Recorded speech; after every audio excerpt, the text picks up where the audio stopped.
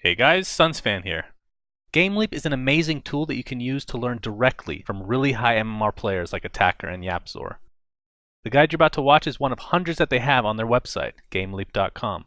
So be sure to check them out if you want to improve at Dota. Hope you guys enjoy.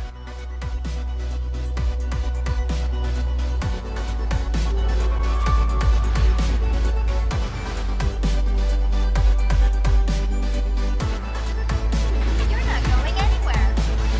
My death foretold. Bullseye. Hi, this is Evil. I'm a 6.5k North American support player and captain of Team Freedom. Today I want to talk about the laning phase, and more specifically I want to talk about warding in the laning phase in 7.0. If you're a support player, you have the most influence out of your team in the first 10 minutes of any Dota game, and a lot of that is warding correctly. You start the game with 2 observer wards. One of those you'll generally want to pass off to your offlaner, and you have to make a decision to place one in either the river, middle lane, or safe lane. I'm going to talk about how to decide where to place each ward in the early game. Every 2.5 minutes you get a new ward, which is 1:30, 4 minutes, 6:30, and 9 minutes. I want to talk about how to use those as well. First, I'll break down the lanes by side and by lane: Radiant, Dire, safe lane, off lane, and middle lane. And then I'll give some general tips on warding afterwards.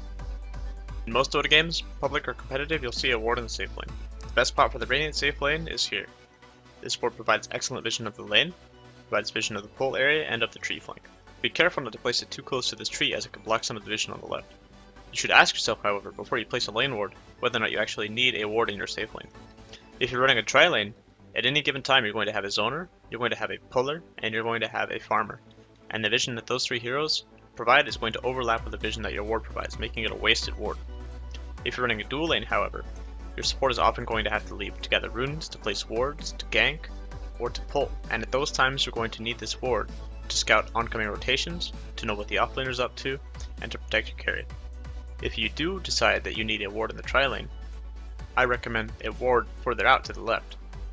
Here, this ward provides vision of the boundary rune, provides vision of the river rune, and provides vision of oncoming rotations here and here, protecting your safe lane from any non-smoke gank rotation.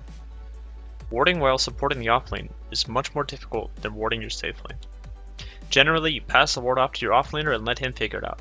However, it's important to know why he does the things to the ward, both so that you can do it yourself when you need to, and so that you can deward an offlaner when you need to.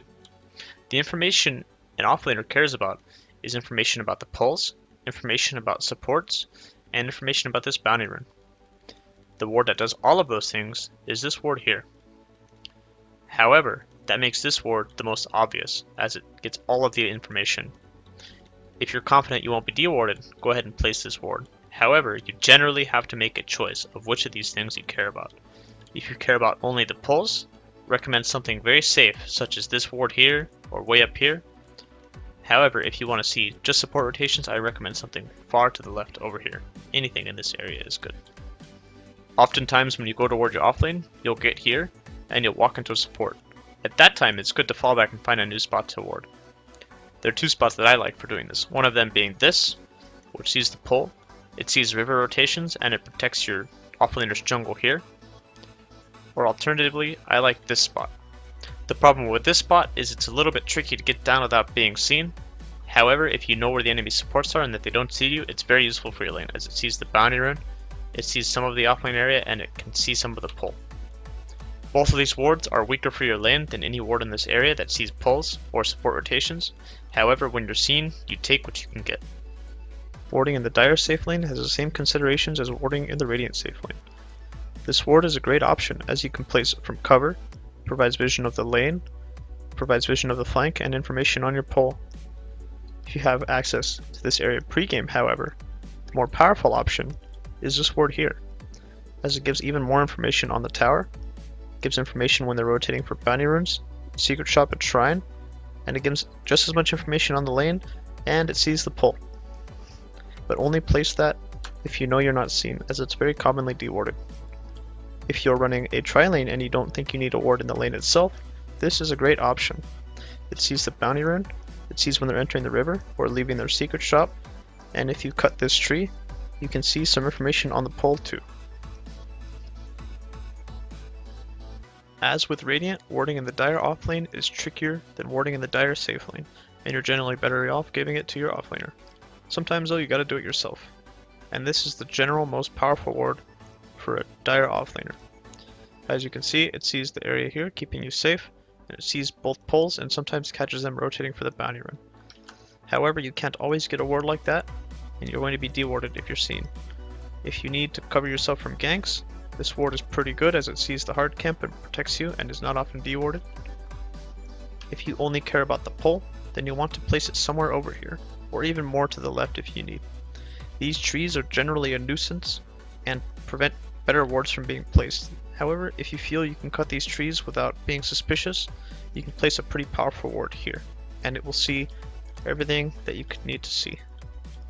As you can see, however, this is very obvious unless you have a timber saw or something, but you see just about everything. If you're caught in the act, you're going to have to come up with some way to get a ward somewhere else, as they won't let you have a ward in the lane, and the same ward that's good in the Radiant safe lane is good in the Dire off lane, as it sees the bounty runes, the river runes, and some pull area information. A ward that I like, when they don't allow me to access their safe lane area, is this ward here. You get information that protects your pull, your shrine, your secret shop, some bounty rune information, and you'll see whenever they enter the river. The middle lane is the most heavily contested ward location of the first 10 minutes of any Dota game. It's important to understand what a middle laner needs out of a lane ward mid. As a bare minimum, a middle laner needs 200 to 300 range in the enemy hill to lane properly. The most optimal ward would obviously be a smack dab on the center of their hill. However, a ward like this is not going to survive because you're going to be seen placing it. The most important thing about a lane ward mid is that it does not die. Great wards for this would be a ward like this. You can place it from the tree line and it sees the enemy hill. It also sees the rune, which is a nice benefit. There are 4 spots like this on the Radiant side, giving it a bit of an advantage over Dire. Another spot I like is coming from their jungle, which you can easily access when you're winning. As you see, you can place it from the hill. It has great vision of the enemy hill and does not die easily when you place it unseen. Another great example is coming from bottom river. You can place this ward. It sees most of their hill and it will not die because you place it from trees. There's another ward here, which is great for Dire as well, that you can place from the ancients and will see the whole hill. The Dire has a little bit of an advantage when it comes to this ward. As you can see, it sees a lot more of the Radiant hill than the Dire. And also Dire has a bit of an advantage when it comes to this ward, which Radiant has no natural vision of as well, so they can see very deep onto the Radiant hill. Another personal favorite ward of mine from Radiant is TP filling their bottle here, coming into these trees, placing this ward. As it sees a very large portion of the Dire hill, is very safe to place and you won't be seen placing it. Now that we've broken down the ward locations of each side and lane, I want to help you make the decision of which lane to ward and win. The first ward of the game should always go to the offlaner, and now you have the decision of safe lane or mid. Generally, I give my ward to my safe laner. However, if I think there's going to be very early roams and a lot of pressure on my mid, for example Pudge or Spirit Breaker, I'll give him the ward instead. A new ward spawns at 130 and you want to supplement the non-warded lane with that ward. The 2 important timing windows of the laning phase for warding are the 4-minute mark and the first objective push. The 4-minute mark is nighttime, and that's when a lot of roamers come online and when your cores feel the least safe due to a lack of vision and the enemies can get on top of them more easily. You almost always have 2 farmers, sometimes 3. You want to make sure that 2 greediest farmers on your team's lanes are protected with a ward until the nighttime is over at least and the game gets more active. I'll take that.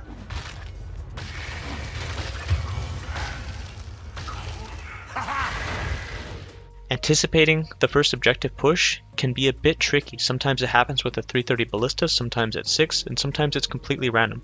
But generally one team goes for one objective in the early game. And if you can anticipate when and where that is, supplementing your defense or push with a ward can be very useful and can be very game winning.